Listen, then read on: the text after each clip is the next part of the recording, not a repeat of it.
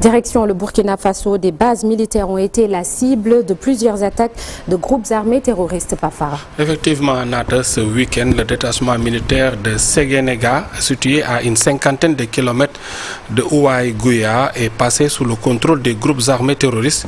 Ils ont emporté le matériel militaire et tout ce qu'ils n'ont pas pu prendre a été détruit. Pour l'heure, aucun bilan n'a été rapporté pour cette attaque. Vendredi 14 mars, une autre base, celle de Yamba, appartenant aux unités mobiles d'intervention de la police, avait été attaquée. Elle est située à 25 km de Fada, Ngourma, dans la région de l'Est. Là aussi, une partie du matériel avait été emporté et des véhicules incendiés. Au moins 12 policiers ont été tués dans ces affrontements. Au Mali, le militant de la société civile Badara Aliou Sako enlevé à Bamako. Depuis 48 heures, sa famille n'a plus de ses nouvelles. Badara Aliou Sako portait le titre de président de la société civile du Mali, très critique vis-à-vis de la junte sur les réseaux sociaux. Il a été enlevé vendredi à Bamako.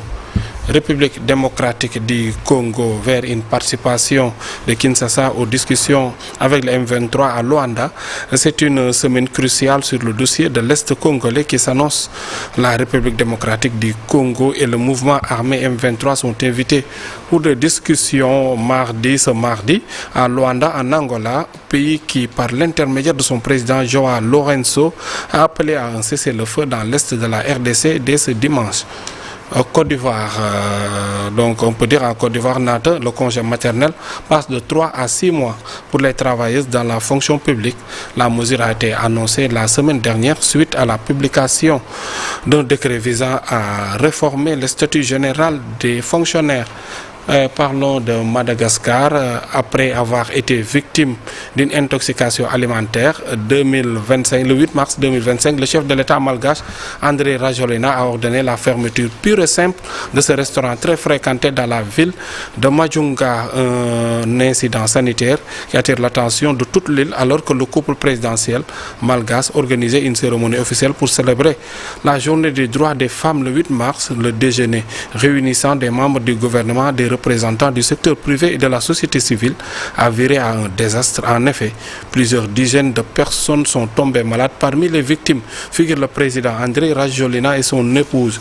Et pour terminer, de violentes tempêtes et tornades font au moins 33 morts dans le centre et le sud-est des États-Unis. Une catastrophe naturelle endeuille une nouvelle fois les États-Unis. Au moins 33 personnes sont mortes et des dizaines ont été blessées lors du passage de tornades et de violentes tempêtes dans le centre et le sud du pays, ont annoncé ce samedi les différentes autorités locales.